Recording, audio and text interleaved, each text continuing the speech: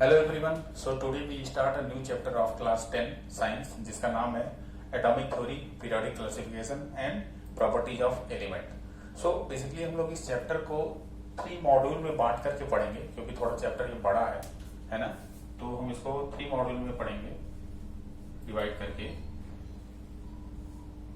तो अपने पहले मॉड्यूल में हम लोग पढ़ेंगे about the different theories of the atom, है ना, about different atomic theory.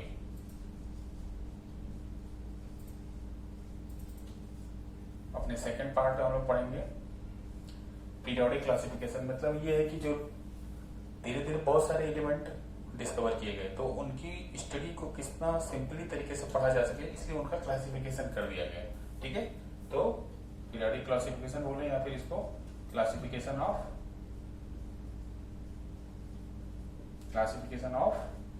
Element भी बोल सकते हैं हम लोग कि एलिमेंट्स में ही इनका क्लासिफिकेशन किया गया था।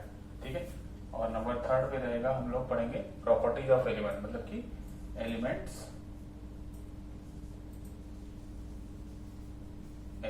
प्रॉपर्टीज, डिफरेंट जो एलिमेंट हैं उनकी क्या प्रॉपर्टीज हैं उनके बारे में पढ़ेंगे। तो basically about different atomic theory में इस चैप्टर में बेसिकली 4 एटॉमिक थ्योरी हमें पढ़नी है। First one given by the Dalton, पहला डाल्टन ने दिया था, उनकी थ्योरी पढ़नी है। दूसरा थॉमसन, जे थॉमसन, जिन्होंने इलेक्ट्रॉन की खोज भी की थी, है ना। Third one is the Rutherford, और लास्ट में हम लोग पढ़ेंगे बोर्स मॉडल ऑफ एटम या नील्स बोर। ठीक है, तो बेसिकली हम अपने इस चैप्टर में एटॉमिक थ्योरी ऑफ डाल्टन पढ़ेंगे, डाल्टन एटॉमिक थ्योरी के बारे में पढ़ेंगे और उसका ड्रॉबैक भी पढ़ेंगे। Basically atomic theory of Dalton से 3 टाइप के क्वेश्चन आते हैं, उस पर भी हम लोग डिस्कस करेंगे कि वो 3 कौन कौन से क्वेश्चन हैं। 2 तो उनमें से लॉन्ग में बनते हैं और एक एमसीक्यू में आता है या तो फिर शॉर्ट टाइप क्वेश्चन में आता है। तो हम लोग देखते हैं कि एटॉमिक थ्योरी ऑफ डाल्टन क्या है।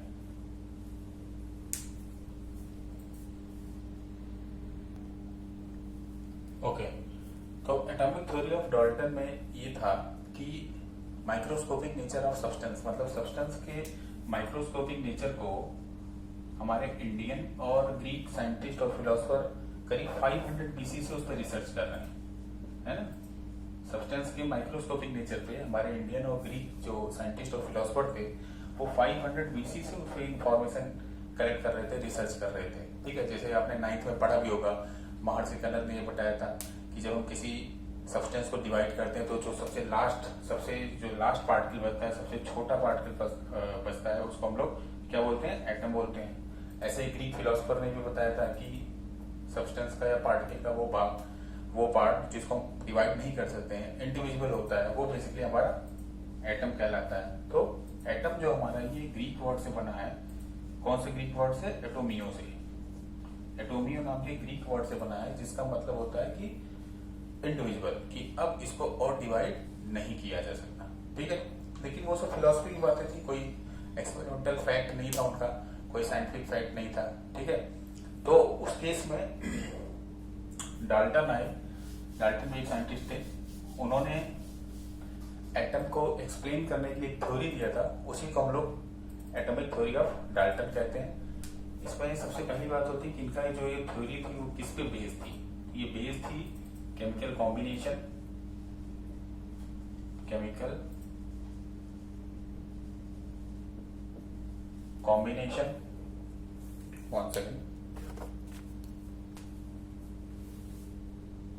Mass conservation,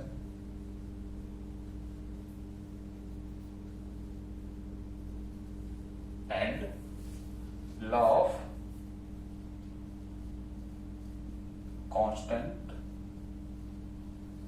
constant proportion.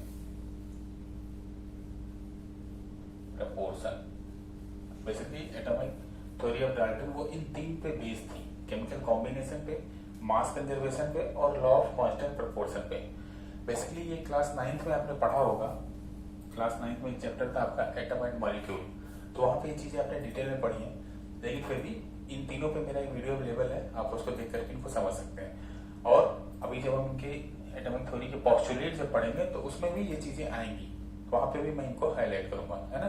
तो अब हम लोग देखते हैं what is the main postulate of atomic theory of Dalton. Dalton के जो मेन पोस्टुलेट क्या थे जो उन्होंने एटम की थ्योरी में दिया था एटम को एक्सप्लेन करने के लिए।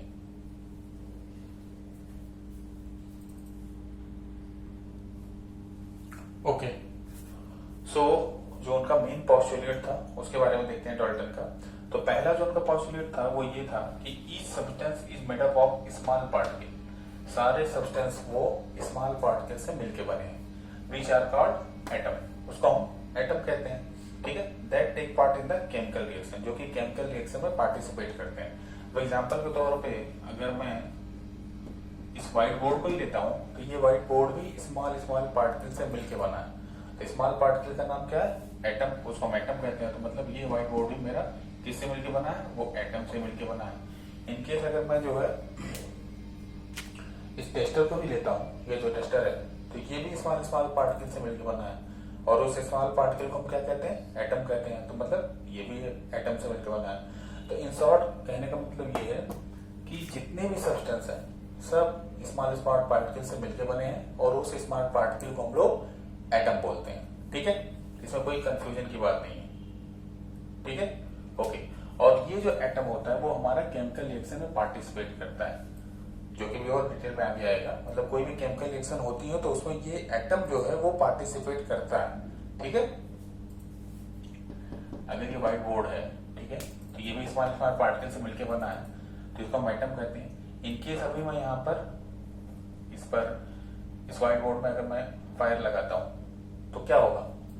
एटम से मिलकर बना है तो वो फायर इस एटम से रिएक्ट करेगा। तो वही यहाँ पे कह रहा है that take part in the chemical reaction. तो जो एटम से मिलके बना था, अगर कोई केमिकल रिएक्शन होगा तो उसमें वो एटम पार्टिसिपेट करता है, ठीक है, ओके।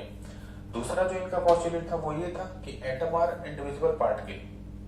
मतलब अब हम एटम को और डिवाइड नहीं कर सकते हैं। अगर सपोज ये मेरा एटम है, ठीक है, छोटा, बहुत छोटा है, दिखाई भी नहीं देता है ना विदाउट माइक्रोस्कोप।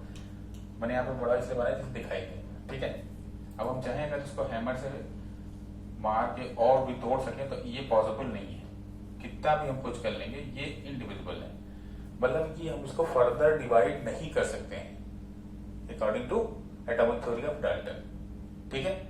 इसकी क्या सच्चाई है वो आगे पता चलेगी, लेकिन इनके जो पोस्टुलेट में एक पोस्टुलेट ये था कि हम एटम को फर्दर डिवाइड नहीं कर सकते हैं, ठीक है।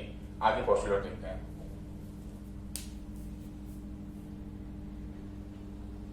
Okay, the third one is that, third postulate क्या था? All atom of an element are same, ठीक है, that is have same mass, size, chemical properties, chemical physical property. मतलब कि एक एलिमेंट के जितने भी एटम होंगे वो बिल्कुल सेम होंगे। और किस चीज में सेम होंगे? उन सब का मास सेम होगा, उन सब की साइज सेम होगी, उन सब का शेप सेम होगा, उनकी केमिकल और फिजिकल प्रॉपर्टी भी सेम होगी। एग्जाम्पल, अगर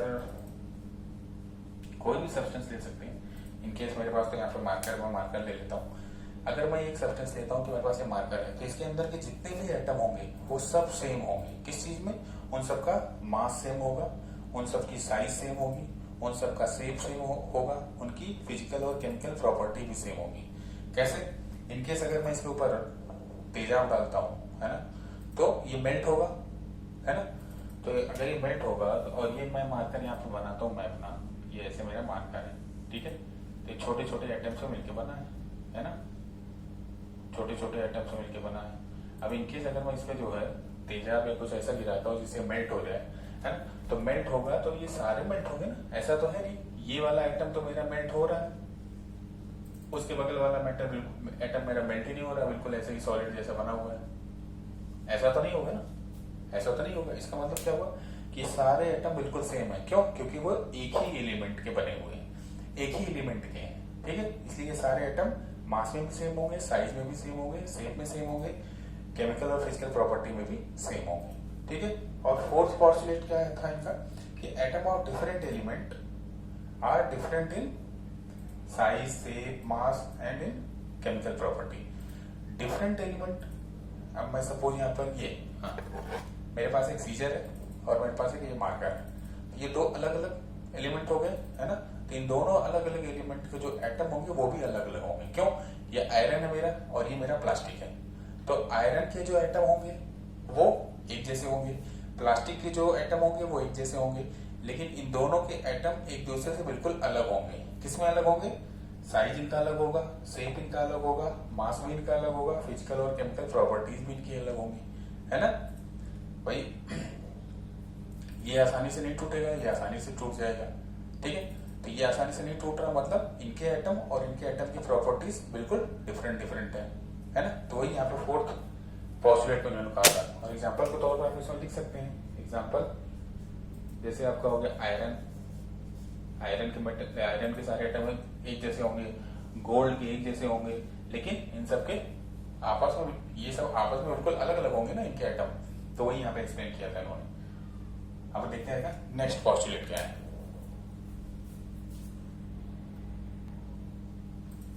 पहले और दूसरे पॉस्टुलेट में एक पॉइंट मिस हो गया था कि पहले वाले पॉस्टुलेट हमने देखा था कि सारे सब्सटेंस को स्मॉल पार्टिकल से मिलकर बने होते हैं, जिसको हम एटम कहते हैं, और वो केमिकल रिएक्शन में पार्टिसिपेट करते हैं। तो उसका मैंने यहाँ पे शॉर्ट फॉर्म लिख दिया था, एस फॉर कि स्मॉल पार्टिकल से मिलकर बना है जो कि एटम है, और सी फॉर वो केमिकल रिएक्शन में पार्टिसिपेट कर रहा है, ठीक है ना।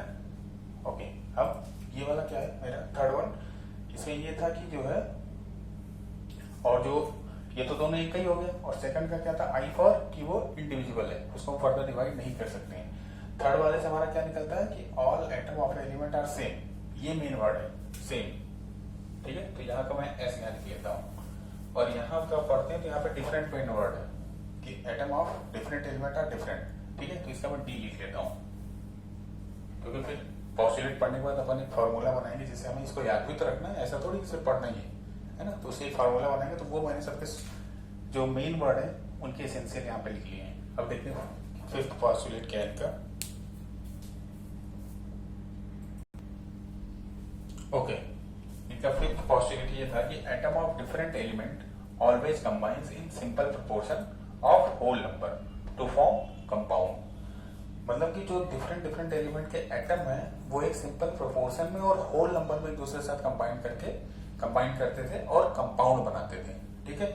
एग्जाम्पल के तौर पे क्या ले सकते हैं हम, जैसे एग्जाम्पल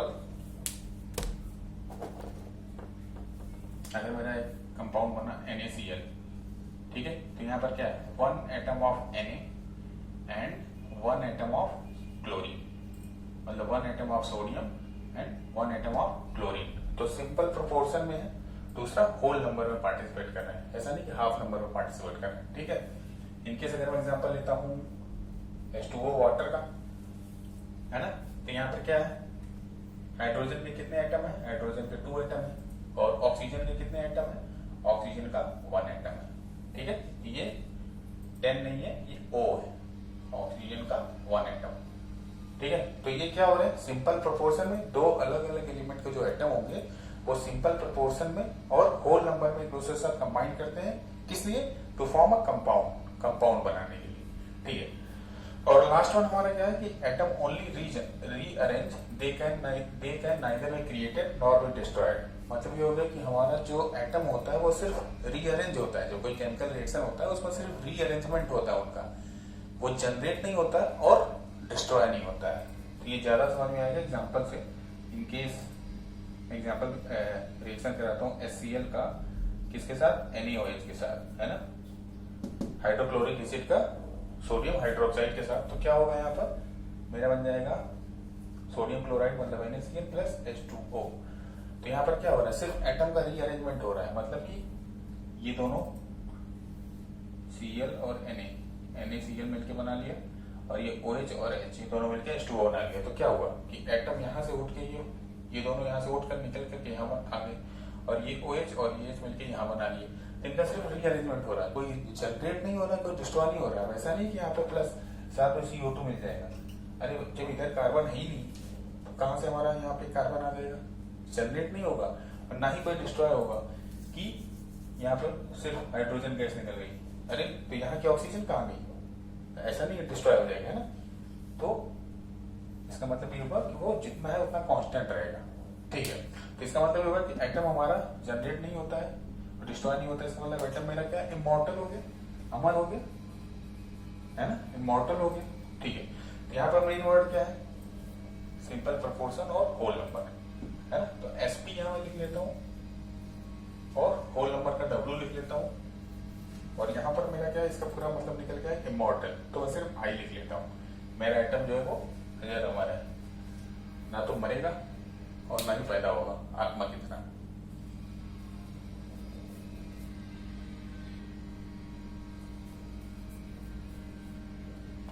तो ये टोटल हो गया हमारा जो मेन पॉस्टुलेट थे एटॉमिक थ्योरी ऑफ डाल्टन के। ठीक है, अब ये देखते हैं जो हमने यहाँ पे शॉर्ट फॉर्म इनिशियल्स लिखे हैं, तो उनकी हेल्प से कैसे हम इसको याद रखेंगे। एटॉमिक थ्योरी ऑफ डाल्टन की मेन पॉस्टुलेट, तो यहाँ पे क्या था मेरा, ये है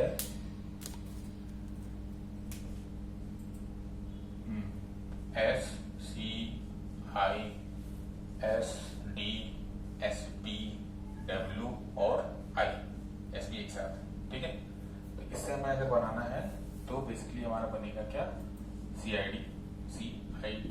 ठीक है, तो सी आई डी अगर आपको ज्वाइन करनी है तो आपको कैसा बनना पड़ेगा, आपको बनना पड़ेगा super intelligent with smart personality. ठीक है, इसको इरेज कर देते हैं, ये सारे यहाँ पर आ गए। ठीक है, अगर किसी को सीआईडी ज्वाइन करनी है तो उसको कैसा बनना पड़ेगा, super intelligent with smart personality. ठीक है, सी फॉर यहाँ पे क्या था, केमिकल रिएक्शन में पार्टिसिपेट करता है। आई फॉर क्या था यहाँ पर, कि वो इंडिविजुअल है, फर्दर उसको डिवाइड नहीं कर सकते हैं, है ना। डी फॉर क्या था, डिफरेंट था, दो अलग अलग एटम के, दो अलग अलग एलिमेंट के जो एटम होते हैं वो डिफरेंट होते हैं। एस फॉर यहाँ पे क्या है, सबसे पहला वाला क्या था, all substance are made from small small particle. Again I for क्या था, वो इमॉर्टल, कि मतलब ना तो हम एटम को जनरेट कर सकते हैं ना तो उसको डिस्ट्रॉय कर सकते हैं, दिस वन। ओके, विथ का मतलब हो गया होल नंबर में, एटम दो अलग अलग एलिमेंट के एटम होल नंबर में कंबाइन करेंगे। और एसपी का मतलब क्या हो गया, सिंपल प्रोपोर्शन, है ना।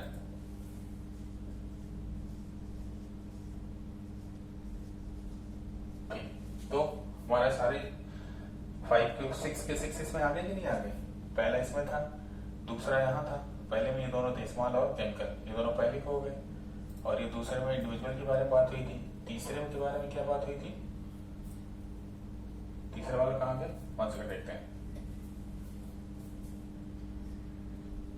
ओके, थर्ड वन यहाँ पे था, ये स्मॉल वाला नहीं है, ये सेम वाला है, कि दो मतलब एक ही एलिमेंट के जितने भी एटम होंगे वो सेम होंगे। तो फर्स्ट वाले के लिए सिर्फ यही है कि केमिकल रिएक्शन में पार्टिसिपेट करता है कौन, एटम, जो कि स्मॉल होता है। सेकंड में क्या था, इंडिविजुअल को फर्दर डिवाइड नहीं कर सकते। थर्ड में क्या था, सारे सेम होते हैं। फोर्थ में क्या था, अलग अलग के डिफरेंट होते हैं। फिफ्थ वन में क्या था कि वो होल नंबर में पार्टिसिपेट और सिंपल प्रोपोर्शन में पार्टिसिपेट करते हैं। और सिक्स वन में क्या था, वो इमॉर्टल होते हैं। ठीक है, अब हम लोग देखते हैं what is the drawback of the atomic theory of Dalton, मतलब क्या चीज डाल्टन की थ्योरी एक्सप्लेन नहीं कर पाई। ओके